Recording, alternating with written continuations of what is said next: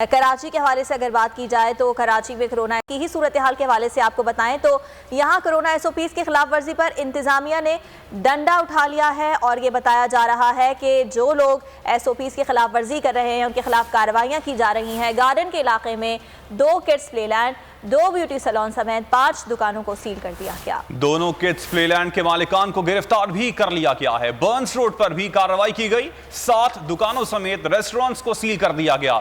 सदर के इलाके में 29 दुकानें, गार्डन में SOPs की खिलाफ वर्जी पर 5,000 रुपए जुर्माना भी किया गया। डिफेंस बुखारी कमर्शियल में 3 सैलून, रेस्टोरेंट्स और मोबाइल शॉप्स को सील किया गया है। फेस मास्क इस्तेमाल न करने पर 6 लोगों पर 500% जुर्माना भी किया गया। एक बार फिर बात करेंगे, डॉक्टर सईद खान हमारे साथ मौजूद हैं। डॉक्टर साहब, बहुत शुक्रिया आपके वक्त का। कहिएगा कि इस वक्त जो सूरत हाल पाकिस्तान में है, क्या हम आगे आने वाली वह सिचुएशन के लिए तैयार हैं? क्या सिचुएशन है इस वक्त? यकीनन हालात काफी तेजी से खराब हो रहे हैं। जिस तरह आपने इंडिया के हालात दिखाए और हम विजुअल देख रहे हैं कि मुसलसल वहाँ जो डेथ रेट है वो हजारों की तादाद में है, तो ये हमारे लिए एक सबक का मकाम है कि हम अभी भी हमारे पास टाइम है कि इससे सबक सीखें और जो अवाम SOPs को अमल करने को मजाक समझते हैं उससे अंदाजा लगा लें कि कितनी जल्दी से हालात तब्दील हो सकते हैं। अभी भी हमारे पास टाइम है कि खुदारा हम SOPs पे अमल करें और गवर्नमेंट स्ट्रिक्टली एक्शन ले कि ये SOPs पे अमल कराएं, क्योंकि अगर कोई अमल नहीं भी करेगा तो जो अमल करेगा उसको भुगतना पड़ेगा। और जो नए वेरिएंट्स आ चुके हैं और जिस तरह वो तेजी से तबाही मचा रहे हैं, तो खदशा यही है कि खुदा न खास्ता हमारे पास भी जो हमारी ईद है बहुत फीकी पड़ सकती है अगर हम SOPs पे अमल नहीं करवाएंगे। वक्ती तौर पे लॉकडाउन क्योंकि वाहिद हल इसलिए है कि इस थोड़े वक्त में ना हम वैक्सीनेशन बड़े पैमाने पे करा सकते हैं, ना हमारे पास ऐसे कोई अद्वियात मौजूद है जो हम मरीजों को सही कर लेंगे।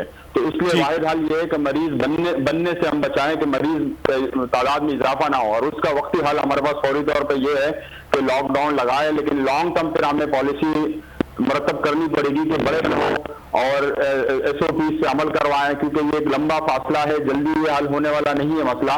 तो रोजाना लॉकडाउन कराना भी मसले का हल नहीं है और लॉकडाउन नहीं। डॉक्टर साहब, आपने कहा कि ये लंबे अरसे तक चलेगा, कुछ एस्टिमेट दे सकते हैं आपके कितने अरसे तक चलेगा? और अगर कंपैरिजन किया जाए फर्स्ट वेव का इस मौजूदा थर्ड वेव से, तो ये थर्ड वेव पहली वेव से कितनी डेंजरस है? ये बहुत डेंजरस इसलिए है कि इसमें नई जो वायरसेस का इजाफा हुआ है वो बहुत तेजी से फैल रहा है और वो टाइम ही नहीं दे रहा।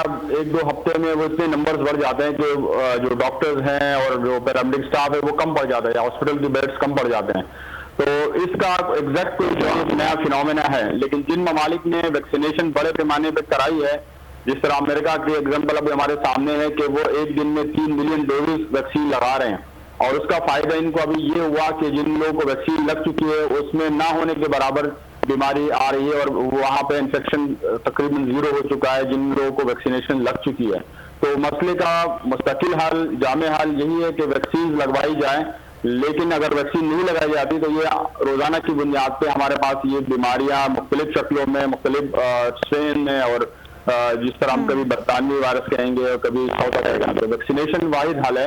अगर हम जितनी जल्दी वैक्सीन लगाएंगे तो ये मसला हल हो जाएगा, लेकिन जिस रवि से हमारे यहाँ वैक्सीन लग रही है और हमारे पास वैक्सीन की तादाद भी कम है, फिर लोगों का वैक्सीनेशन प्रोसेस में इसका इंटरेस्ट कम है, लोग कम वैक्सीनेशन लगवा रहे हैं, तो इस मजबूरी तौर पे हमें बहुत बड़े पैमाने पे अवेयरनेस लानी चाहिए। गवर्नमेंट को बहुत फ्रंट से मजीद मेहनत करनी चाहिए। पहले से काफी मेहनत वो कर रहे हैं, लेकिन जब लॉकडाउन लगता है तो सारे मेहनत पे पानी फिर जाता है। फिर लोग यही कहते हैं कि ये तो इनके पास सिर्फ लॉकडाउन ही रह गया, लेकिन लॉकडाउन वक्ती का बाकी तमाम ममालिक भी लॉकडाउन लगाती आ रही हैं, क्योंकि लॉकडाउन से ये फायदा होता है कि बड़े पैमाने पे बीमारी नहीं फैलती और आपको टाइम मिल जाता है कि जो आपके पास बाकी सहूलियात हैं उसको आप मुहैया कर पाएं।